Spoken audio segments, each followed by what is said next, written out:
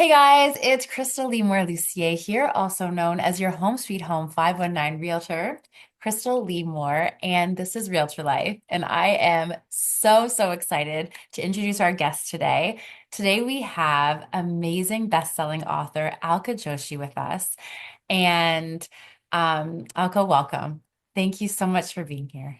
Thanks so much for having me, Crystal. I was just so touched that you remembered our book club during the Oh, pandemic from 4 years ago. And I'm just, I'm delighted. I'm always delighted to make another connection with book clubs that I had really leaned on during yes. those lean years with COVID. And just, we're all trying to figure out how we can connect with one another. And you were one of them. So happy. Well, I remember, yeah, so in COVID, we were just talking about that. It's like COVID really changed everything. So in some ways, it kind of stopped the world, but in some ways, it kind of put us all on this dealing with the same issue, and we were all kind of on the same page. And I remember I really wanted to do something for people in my community. And so I thought, you know what? This Hello Sunshine book club kept showing up. And we thought, you know what, we don't have a lot to do other than try to figure out Zoom. So we thought, okay, we'll do it. And we read the Henna Artist, which was one of the recommendations. I believe it was for May 2020 because we spoke in June, and we were all just at a time, Alka, I have to say, and I think you must hear this all the time. At a time when we were told you can't travel, you can't go anywhere, this is it. You helped us travel. You helped us learn about an entire different time and place. And it's just, yeah. And then we're so gracious. We reached out and said, "Hey, like you've written this beautiful book. We'd love if you could pop in to our book club." And then you gifted us with time and your story. So just it's been 4 years. Mhm. Quite a lot has happened in those Mhm. 4 years. Do you want to share a little bit about your journey? I do. So it started little by little in 2020, Yeah. right after the book was released. My book was released March the 10th, and March the 11th, everybody says we're on lockdown now. So I didn't even get to do one book launch at all. But, I asked everybody on social media, would you please just contact me? And to date, I have done over 900 book clubs, Oh, 900.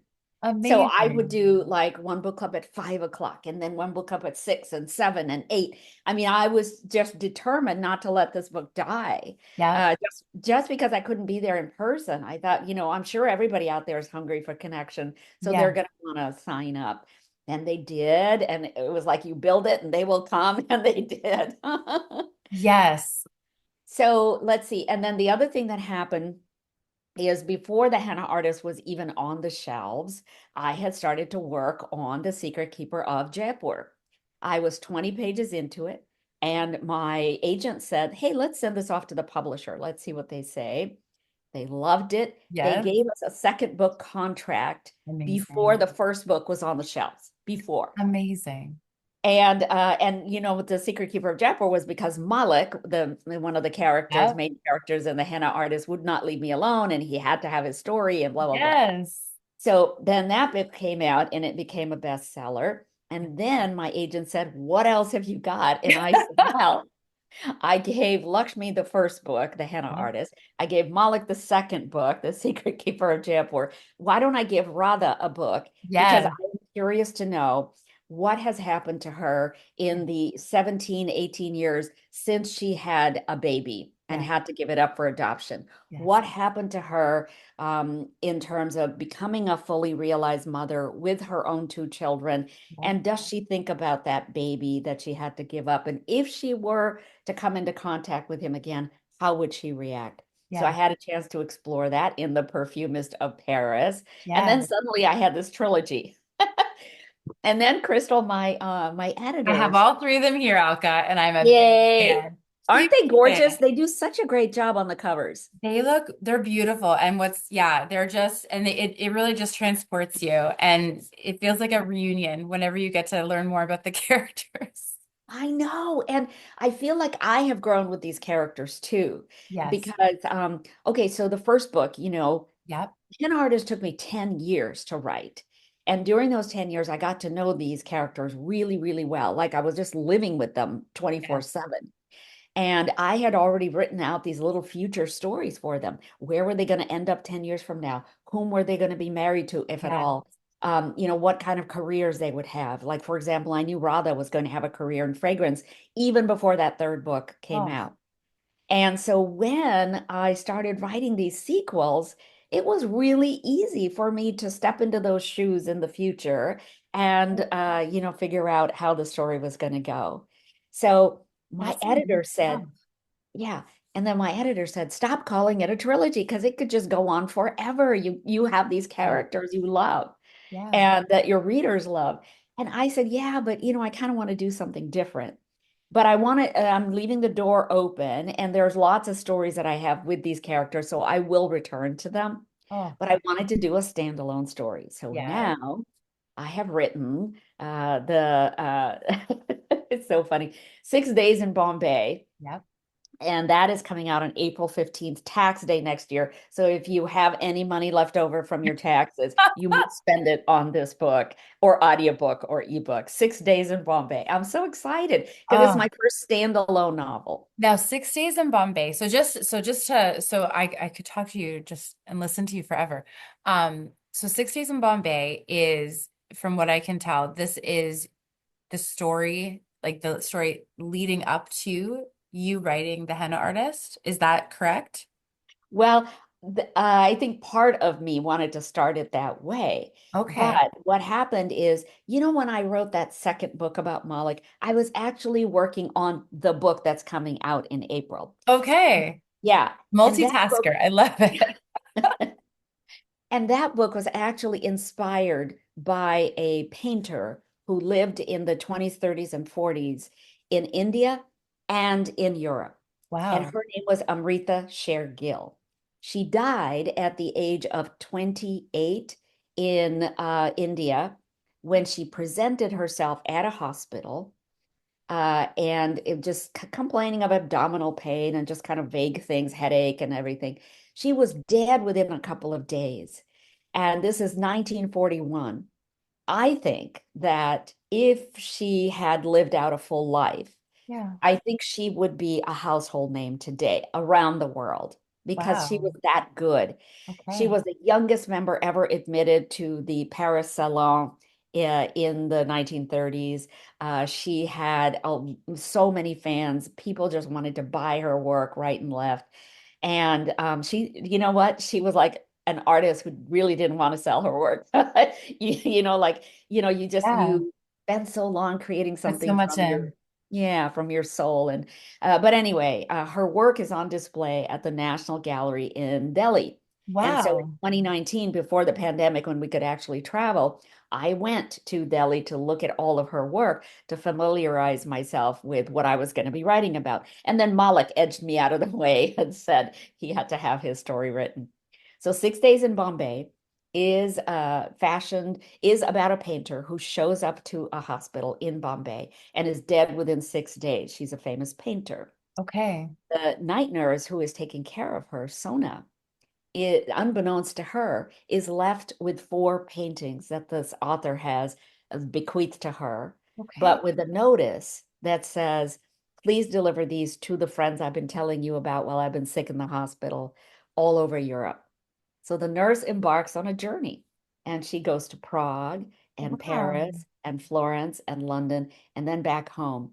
And in that period of time, she learns how the painter died and why she died. Oh wow. Yeah. Okay. I did Because it's see I did see that we could pre-order, but I'm guessing it won't be pre-delivered. So patience, patience. That yeah. sounds amazing. That leads me to, you are such an amazing and talented writer. But from what I have done my research back in 2020 and again, that wasn't always the plan. No, it was never the plan for me to become a full-time writer or even a novelist at all. I just thought I would live out my days as a marketing and advertising person. And I had been running my own agency by the time that huge recession in 2008 came along. And Yeah. even after the recession was over, I went back to doing my marketing and advertising. But there was a period of time between 2008 and 2011 when my younger brother had bought a condo in Jaipur and really beautifully remodeled it. And he said, "Hey, this is available to the whole family. Anybody who wants to come can live here." And my mother, who was in her 70s, really wanted to go back and reconnect with friends and family. So she said to me, "Hey, can you take me there? I need a chaperone." So I said, "Sure." And at the same time, the reason it was available to me to take her there is because there was this uh, program in creative writing that I had enrolled in. And it's a master's in creative writing. It was right near my house. I didn't have to like spend a lot of energy or time thinking about where I was going to go. Yeah. And it was because I had so little work during the recession. So I'm in this program at the same time that I can spend in between the semesters, spring break, winter break, to take my mom Oh, to Jaipur. And amazing. in all of those trips, it was just wonderful for me to see mom in that environment and realize that for her and for women like her, India was still very backward. They were still very patriarchal. Yeah. My mother was not at liberty to say exactly what she thought, but it occurred to me she has raised me completely differently. And what courage it would have taken her to have a daughter figure out where she wanted to go to school, whom she wanted to marry, when she wanted to marry, whether or not she wanted to have children. That took a lot of courage for her to stand up against the societal norms of India and just allow that to happen. So I wanted to pay tribute to her. Yes. And that is where Lakshmi came in. Because then Hmm. all of a sudden I had this idea of this woman named Lakshmi, because that was the god that my mother used to pray to. Yeah. And I thought, okay, this woman can leave her marriage, can decide not to have children so that she can have this other world to explore as a henna artist and an herbal healer. That was how the whole thing got started. So good. And Lakshmi is such a strong character because you just as a woman, I can't speak for men, maybe men feel the same way.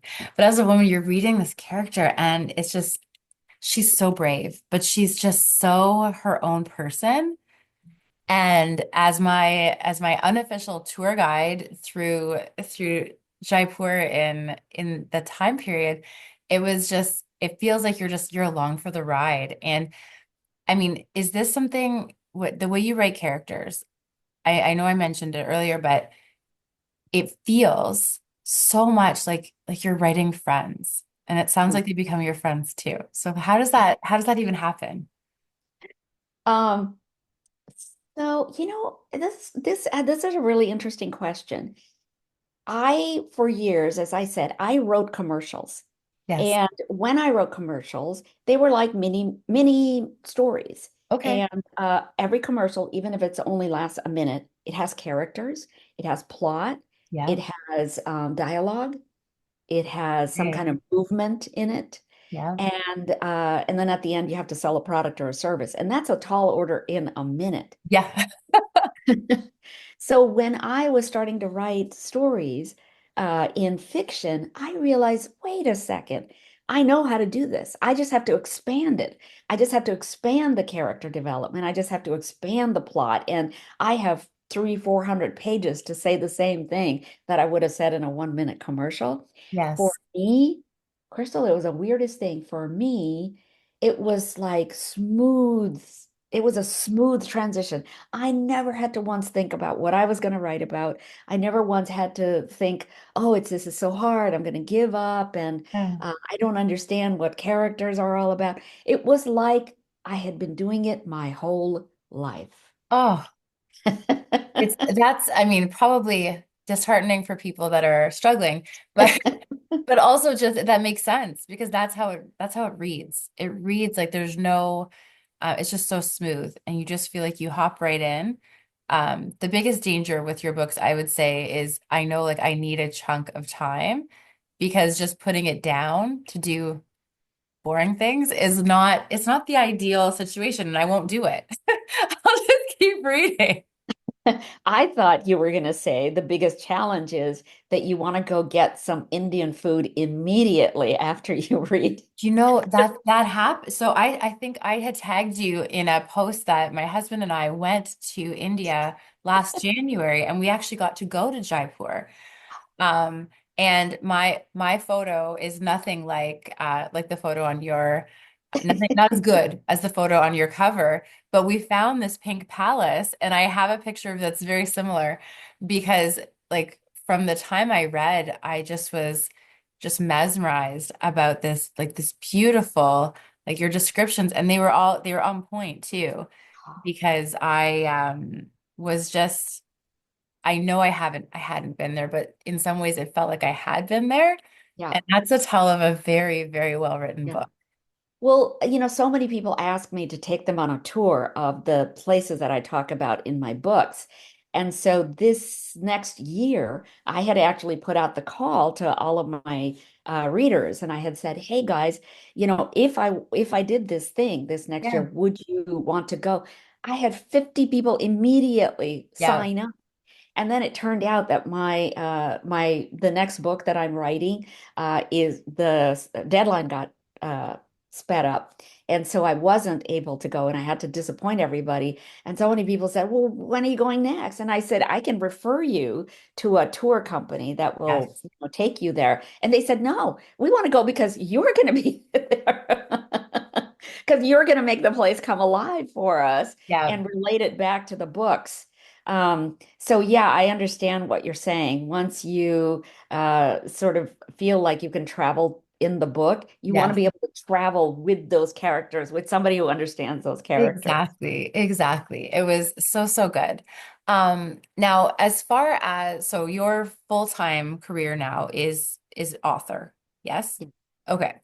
So what does that look like? Because I mean, you came from the corporate world and you had kind of probably a very rigid like 9 to 5.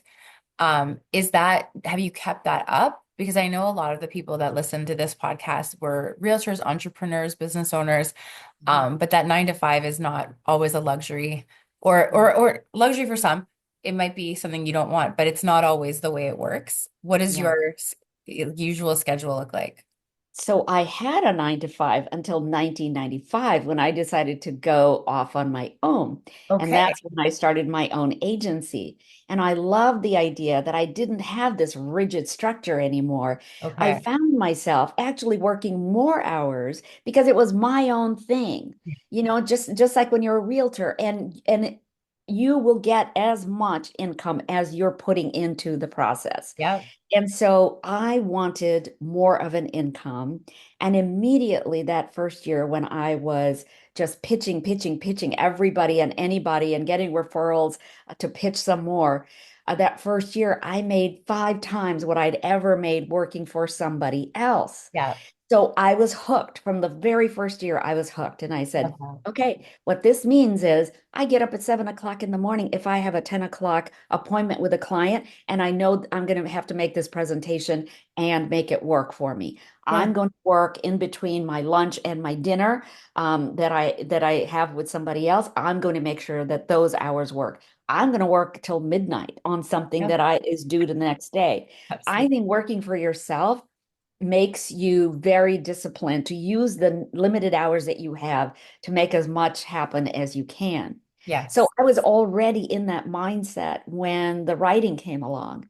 Love. And so for me, I write any time of the day that I feel like writing or that, where a scene is gelling in my head and I want to put it on my Yeah. lap. I can write early in the morning. I was writing on the plane. I was just Yeah. coming from Atlanta after a keynote. I can write on the plane. I can write in a restaurant. I can write anywhere Okay. because I have trained my mind to just be focused wherever I am. That's Yeah. amazing. Now, on the flip side, so that is wonderful, but everything's inside of you and you're passionate, which there's so many people that share this, but then how do you shut it down? Like how do you, where's the like because there can be a real like there's a the burnout potential if you go go go and you love it, but then at some point you have to take a break. So what do you do to recharge?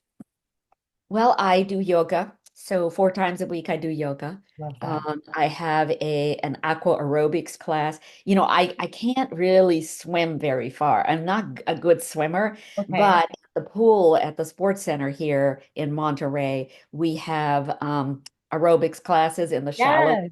pool. And I get a pretty good workout, so I do that.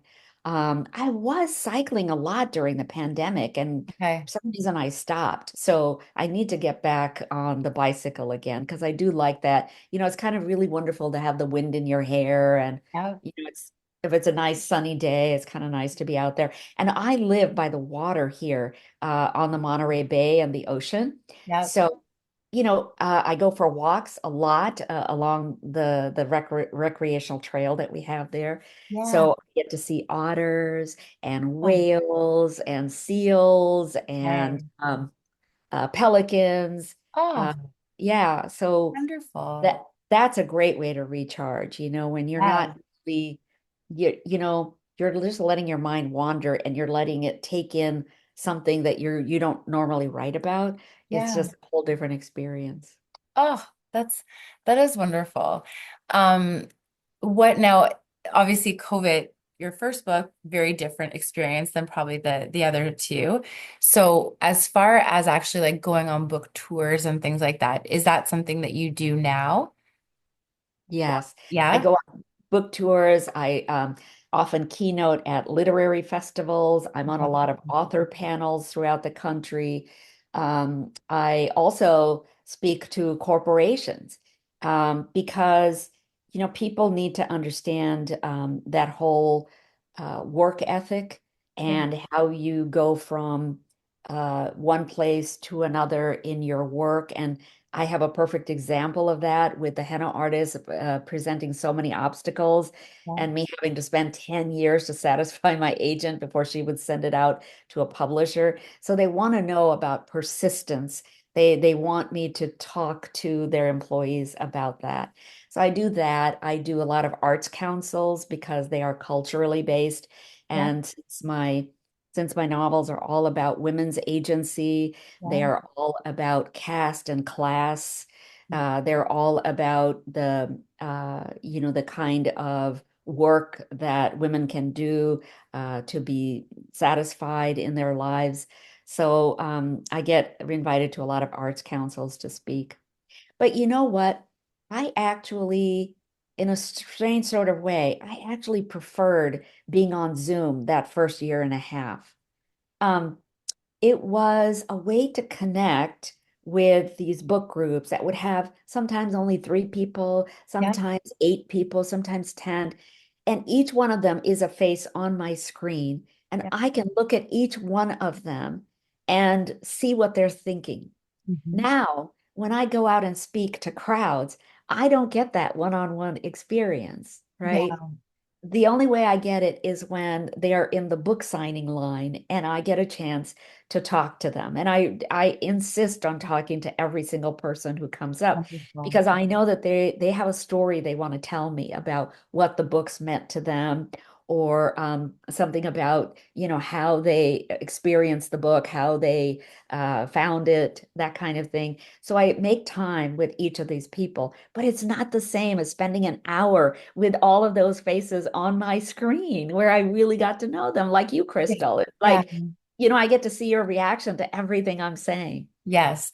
And I think that's a mixed blessing with COVID, right? It's like it really changed everything, but at the same time, um, like it affected us so much because it was so beautiful to find out we had just read this book. And not only did you bring the characters to life on their own, you brought even more by explaining to us kind of like where they came from. Now we don't, I think if anyone doesn't know about the henna artist now, they maybe weren't paying attention for 4 years. Every time I say anything, I've told some people that we are having our interview and they're very excited. Um, but as far as the research that goes into these books, so you had the 10 years for the first book. Um, I guess my question is what was it about, like what did you have to keep refining to get to where you are? And then what that's 10 years and then and then you very quickly had the other ones. Mhm. So the first three were, like I said, I did so much work on those characters in the first 10 Yeah. years that it was super easy for me to write the next two in like a year and a half each, Yep. because I knew exactly where the characters were going and I know how they're going to react to other people and situations and so on. For the third book, by the way, I had so much research to do because it's about perfume and I know nothing about perfume. So I went to New York City and spoke to one of the most fabulous women who is involved in creating perfume. So she is the force behind J'adore by Dior, Okay. Yep. CK1, Eternity, all of those kinds of things. And Nice. she was so generous and gracious with her time. She introduced me to a bunch of master perfumers Okay. who are like really like they're like gods in their field, right? Yeah. And so then she also got me into a fragrance lab. So I had a really clear idea of Radha and how she was going to work in a fragrance lab environment. Yes. Then I was told by all of the people I met in the fragrance industry in New York City, you need to go to Paris and talk to those people because they have a whole new thing or different thing that they do. I went to Paris. I spoke to lots of perfumers in small boutique houses and big houses. And then I went down to Grasse in the southeastern part of France. I visited factories where they do compounding and bottling. Then I went to Lisbon and met with a couple more perfumers, one of whom was such a kick, 87 years old, had lived in Paris in the 1970s, which is when my book takes place, gave me lots of great little anecdotes. Ah. And yeah, and I ended up naming Radha's fragrance house that she works for after him. And yeah, he was just charming man. So that required not only knowledge about the characters, but the Perfumist of Paris required the knowledge about perfume. So I was able to do that for that book. Now for this book, as I told you, I started the research back in 2019 Yes. for 6 days in Bombay because I wanted to know what this artist's work looked like close up and personal. They're huge canvases, so it made an impact on me. Yeah. And I had gathered up as many books as I could about her. A lot has been written about her from India. And then I started just thinking about, how I wanted to shape this book.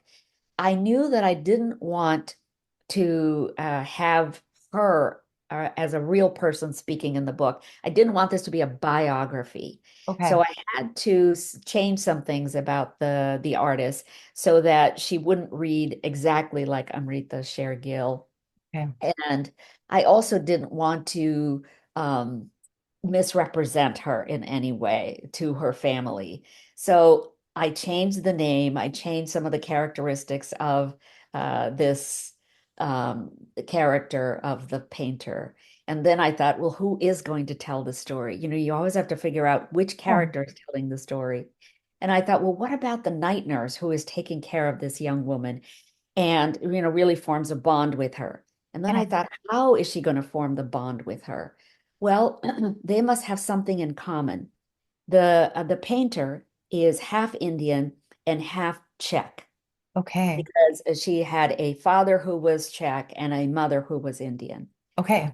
And then I thought, okay, well, maybe it's that dual identity that they can both identify with.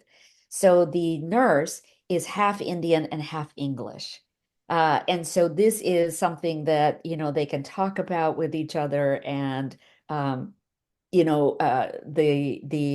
the nurse is really in awe of the fact that the painter can create these huge paintings that are so well known. And so she has a lot of respect for the painter. So Yeah. even after the painter dies, the nurse is kind of fascinated by this woman's life. The painter was flamboyant. She was, larger than life. And so this also was intriguing to this very shy nurse. So Yeah. when she has the opportunity to travel everywhere, all over Europe to deliver these paintings, she takes it. And so I had to go. I had to go to Istanbul. I went to Prague because I didn't, I wanted to really Yeah. experience what that's like. I went to Paris and Florence and London, and I was imagining my character in these places. I had also, before I went, made appointments with art historians, archivists, academicians who study the period that the book takes place in, which is 1937. So I couldn't just sort of recollect Yeah. exactly what's happening in these places because it's not modern day, it's 1937. Mhm. So I have to imagine that there's trams, old Yeah. trams that are running through the cities. I have to imagine what people are wearing, and sort of how they are interacting with one another, what Yeah. languages they're speaking. It was just fascinating. I love doing all of that research. Do you know, I think so I am a fan of historical fiction. So it's and I don't know if it's the right, I think yours I would put into historical fiction because the research that's done to like weave this like the actual place with the fictitious people. I just find it so like you learn at the same time that you're kind of getting to know the characters. So I can say without even reading a page or a word on this page of this new book, I'm going to love it. And I think so many Uh, people. Um, and patience is not a big virtue for me, but I'll have to. Um, but I think that one thing I'm curious about, so when you go and you're doing your research, are you kind of writing at the same time or are you just like jotting down ideas? I'm jotting down a lot of little factoids and Okay. interesting things that people tell me. And it's so funny. I just instinctively know, oh, that is a little detail I want to include in the book. Yes. Um, like maybe I'll read something that is 4 pages long, but I will zero in on two little details that I know I'm going to include in the book. Same thing whenever I'm interviewing somebody, I'll be listening, and I'll go, oh, Yep. that's the thing I want to include in the book. Yes. Um, so I just have an instinctive way of figuring out what is going to be interesting to me to put in the characters' mouths or in their actions. Um, I also take notes, and I do when I have an idea as I'm traveling. I go, okay, now I think this character could do this because I saw somebody do it or whatever. I have my iPhone with me all the time, and I am speaking into the voice memo all the time. Like, Nice. okay, what if this happened? What if she encountered, this old man who was smelling of beets? What if that happened? Because maybe I had just Yeah. encountered a man who smelled of beets. Yeah, Uh, so I do a combination of taking a lot of notes and then also speaking into my iPhone for the voice sure. memo stuff. I I've have actually, oh, sorry, go ahead. I was going to say, have notebooks after notebooks of research that I might do. And if I do this much research, this is like a stack of pages filled with research, I will use this much of it actually for the novel. The rest of it is just giving me sort of this background feeling about Yeah. what I want the world of the novel to look like. Kind of like to transport you back so that you can be authentic for us Yeah, as yeah, readers. Okay, yeah. wonderful. It's amazing. And No, it what's, was just something you had said. Sorry, just before we move on, but yeah. you had said the what if question. And I've heard that before where it really comes down to the writer and your imagination and your ability to turn it into something. But that what if is kind of the launching pad. Yeah, absolutely. And to your earlier remark about historical fiction, I didn't even know I was writing historical fiction, Crystal, until I turned it in. And my editor at HarperCollins said, "Oh, okay, so you're historical fiction." I said, "What?" I said, "I said the Henna Artist is only taking place in 1950. It's not even like 100 years old or anything." And she said, "Anything over 40 years old is called historical fiction." Okay. Okay, and I didn't even know about the 40. I just thought anything that was like any past, like last Yeah. week, Oh, anything, okay. if it was Well, well, authentic. well, one of the coolest things is when she said that, I thought, well, of course, I love historical fiction. I love reading things that are taking Yeah. place in other time periods because I learned something about that time period. I learned how people ate and how they dressed and Yes. the different classes of people who were interacting with one another and what the place felt like. Because, the cities we live in now are so crowded. But what was it like to live in that city when there were only 10,000 people as opposed to Yeah. 100,000 people? So I actually do, like you, I love historical fiction. Very cool. Very cool. I the first book I ever read was it was Ken Follett, not ever, but in this category. Was Eye of the Needle. no, do you know what? I love that. But it was his Ken Follett's Century trilogy. It denotes it brings everything together about like all of the world wars and growing up in Canada, like for good or bad, our history classes were all about Canadian history, which is important, but it doesn't really tell you what's happening in the rest of the world. And I found that book kind of really just made me understand so much more. It goes from like 1908, and it's a trilogy, so there's probably 1,000 pages, but 1908 to 2008.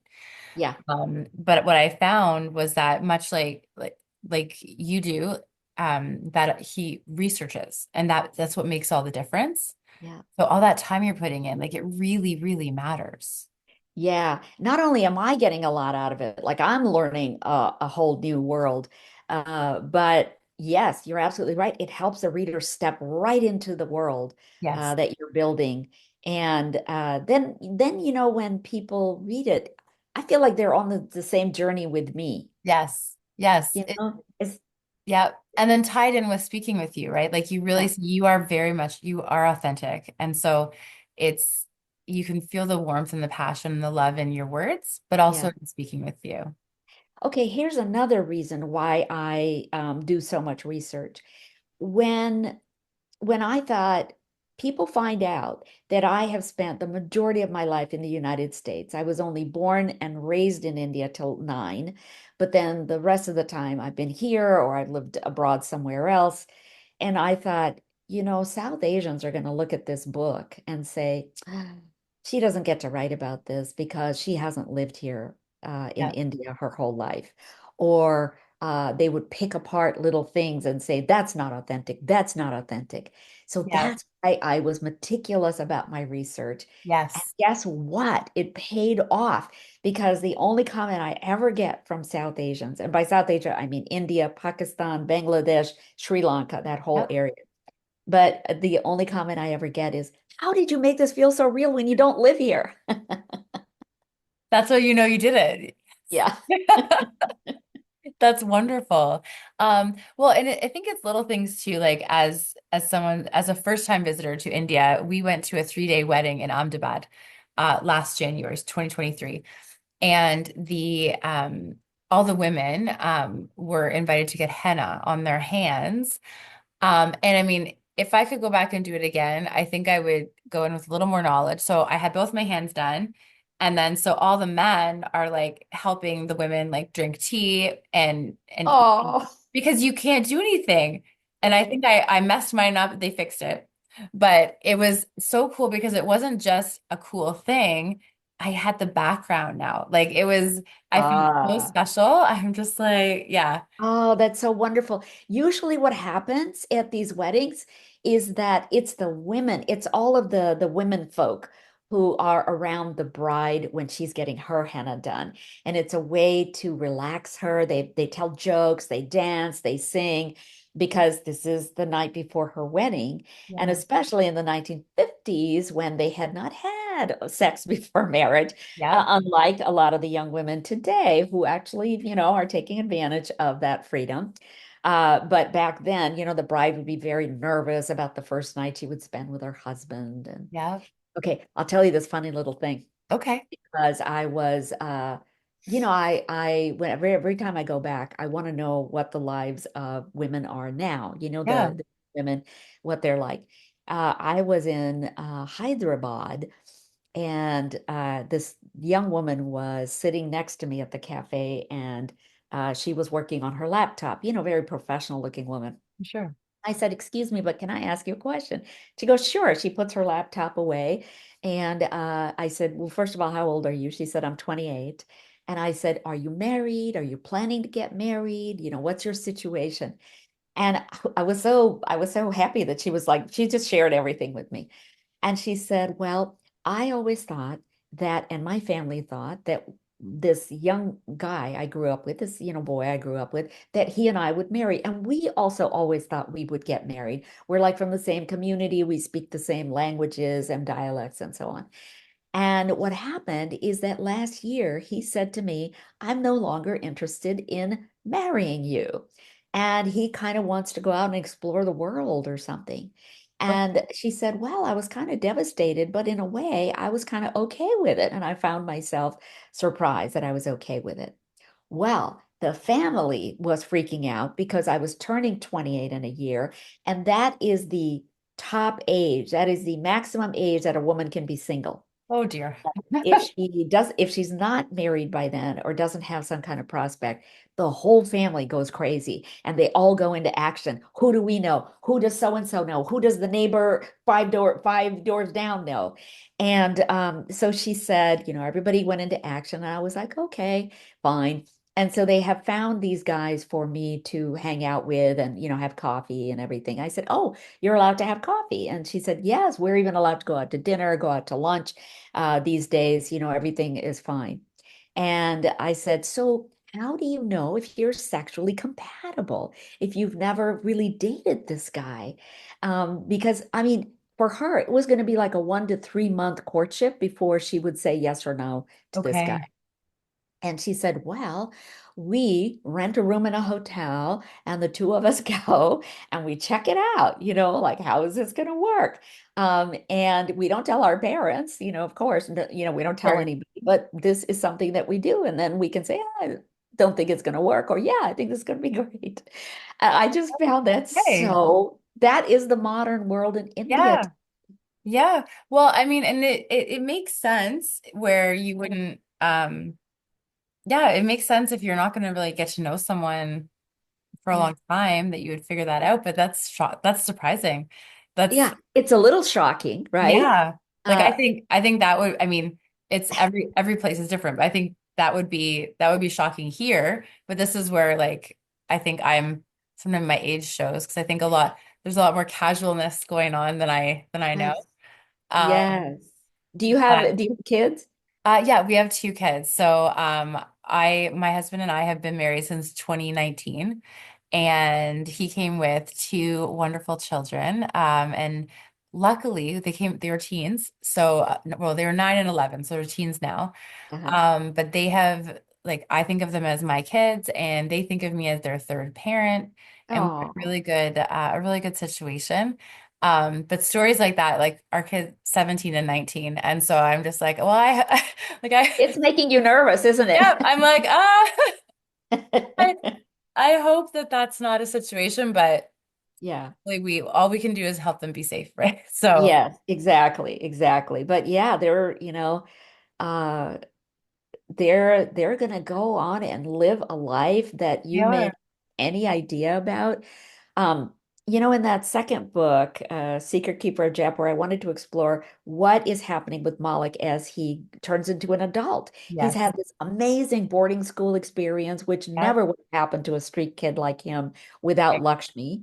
Um, and so I'm like, okay, who's he going to end up with? Well, he ends up with, or he's having a relationship with a young woman who is a tribal member of these nomadic tribes that crisscross the Himalayan mountains. And and then in that one, it was so interesting that Lakshmi, who has been the de facto parent of Malik, had to learn to get out of the way. She had to learn, as most parents do, I Yep. gotta let go. I gotta Yep. let go. These kids are gonna turn into adults. I have to let go and let them be who they are. So Yep. I think that's the challenge for you, Krystal. It's it really is. It is I think every generation thinks that we're a little cooler than our parents. And so Yes. obviously our 17 and 19-year-old would want to hang out with us all weekend. Then when they want to spend time with their friends, we're like, that actually makes more sense. Okay. Yes, absolutely. But yeah, I find like with the characters, they're the lessons that you learn. And just especially like, and I mean, and Malik, like his story, like if you go like from the beginning of the Henna Artist on, like that's a transformation. Yeah, yeah. And for Radha, it's a transformation, right? From Yes. being a 13-year-old, very rebellious girl to really acknowledging how much Lakshmi did for her. Yes. And she is now 32 years old and having her own children and her own career. Yeah. You know, in that one, I really wanted to explore how young women today are able to manage the work-life balance, as I'm sure you have to. How are these young women with children able to do that? Are they still carrying the burden of making up the grocery list, making sure that the kids are signed up for the after-school activities that they're interested in, Yeah. making sure that they have, enough time to hang out with their grandparents, their aunts and uncles, Yeah. and enough socializing with the family. So I still think that the majority of that falls to women. And that's what I found out when all the book clubs that I spoke to, I said, Yeah. hey, let's just ask you. And Radha's dealing with this issue back in 1974. How are you dealing with it? Has it changed? And the majority of women say, no, it hasn't changed. I am working. I like my work. My husband is working. And yet, when a kid falls sick, I'm the one who has to come home and take care of them.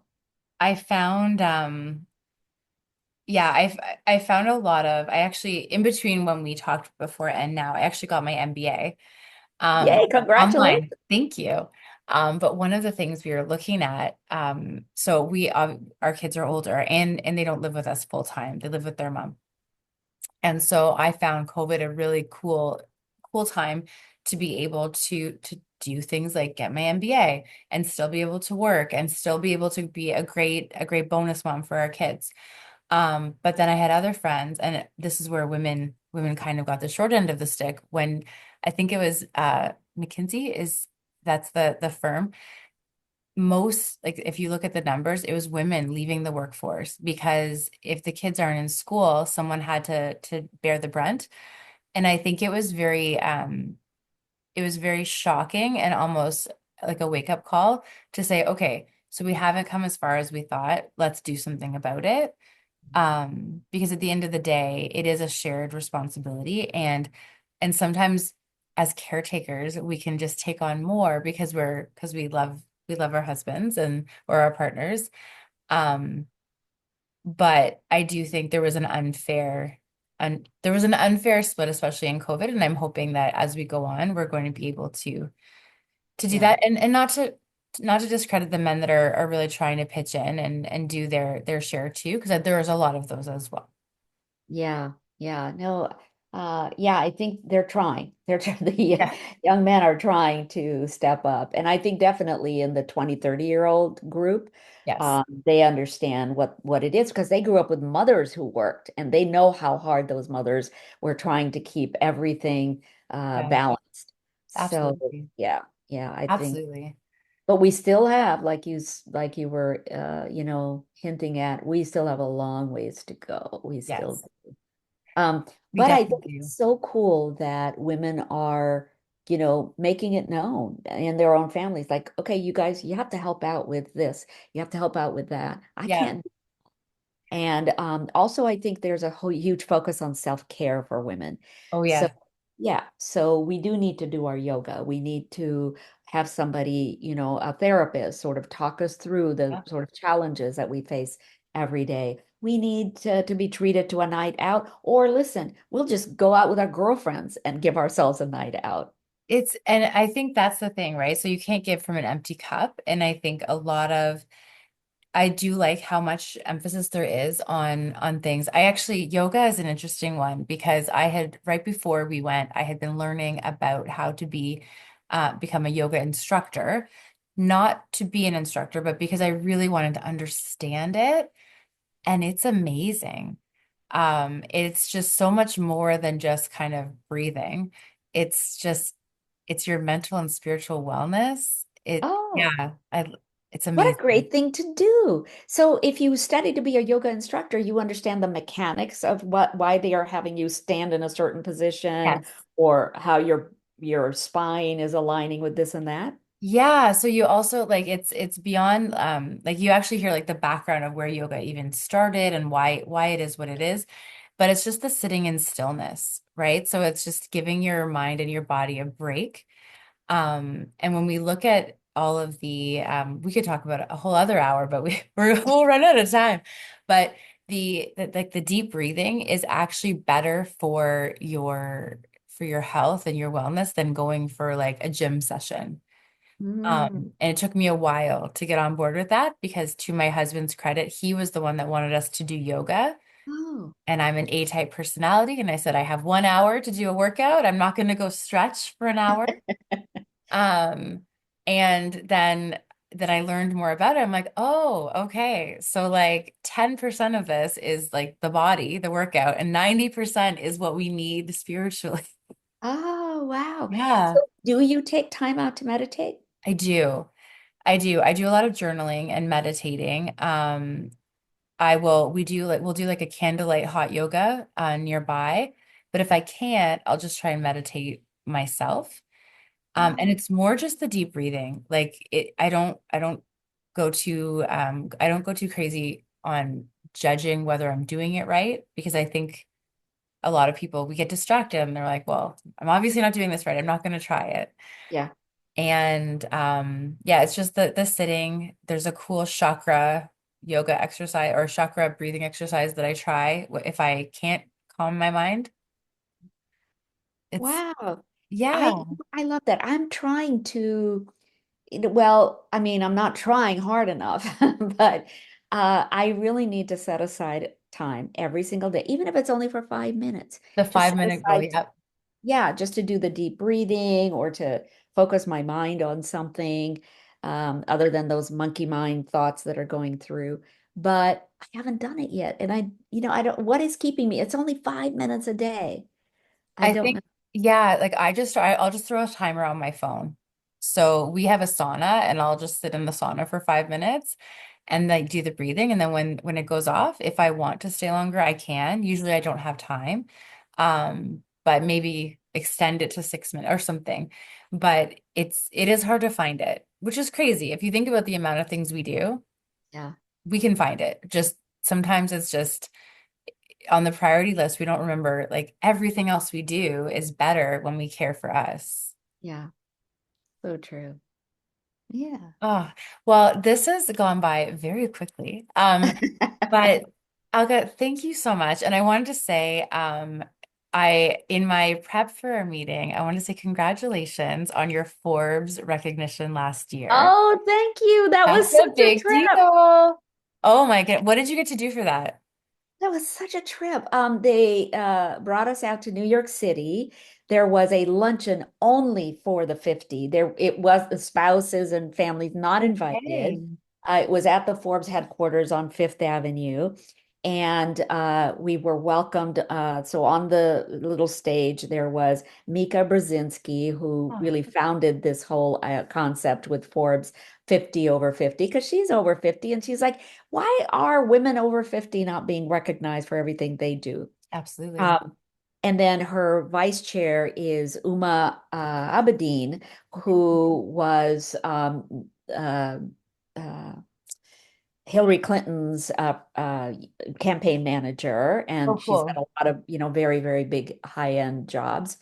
And then Patti LaBelle was interviewed on stage because she's one of the 50 over 50. Jamie Lee Curtis is one of the 50 over 50, but she was not there. Okay. Um, let's see. And they had all of these amazing people. I was just like, wow, I get to be with these people. They run companies, they run hedge funds, they're in charge of, Stanford School of Medicine. I mean, they were really powerful women. I said, all I have done is written a couple of books. I don't understand why I am in this category. But yeah, but there were several women there who had read the trilogy and they were like, oh my God, I just love it. It's so meaningful and all of this. And you're writing about women's agency, which is really what Forbes cares about. It sounds to me like impact wise, I mean, and I think I have no doubt as to why you were sitting at that table. Your impact on the world has been gigantic, and I'm excited to see all that you will still do. Um, and I think as far as inspiration for really like leaning into your passion, I mean, that's what it's all about, right? Oh, And I'm so grateful that you have to spend time today. thank you. That is so sweet of you. Thank you so much. And of course, if you still have your book club and you want me to talk to you about 6 days in Bombay, I'm all over it. We may need a book club reunion. I will say, with schedules and things as the world opened up, we stopped the book club. But I think I'm not overstepping to say I think every single one of those ladies will come back and talk about your book Oh, on I a hope Zoom call with so. you. They would be ecstatic. I Um, hope so. well, That's good. Alka, thank you so much. So appreciate you. And everyone, definitely, if you haven't read Alka's the trilogy of the books, so the Henna Artist, Henna in order, Henna Artist, the Secret Keeper of Jaipur, and the Perfumist of Paris. Definitely get on those over the holidays because come April, was it April? What's the date? The 10th, the 11th? 15th. The 15th. 15th. April 15th, 6 Days in Bombay will be coming out, and I'm so excited. I'm going to pre-order. I did see it was an option. And thank you so much, Alka. Really appreciate you. And I hope everyone has a fantastic day. Thank you. Thanks, Bye, Krystal. Bye, guys. everybody.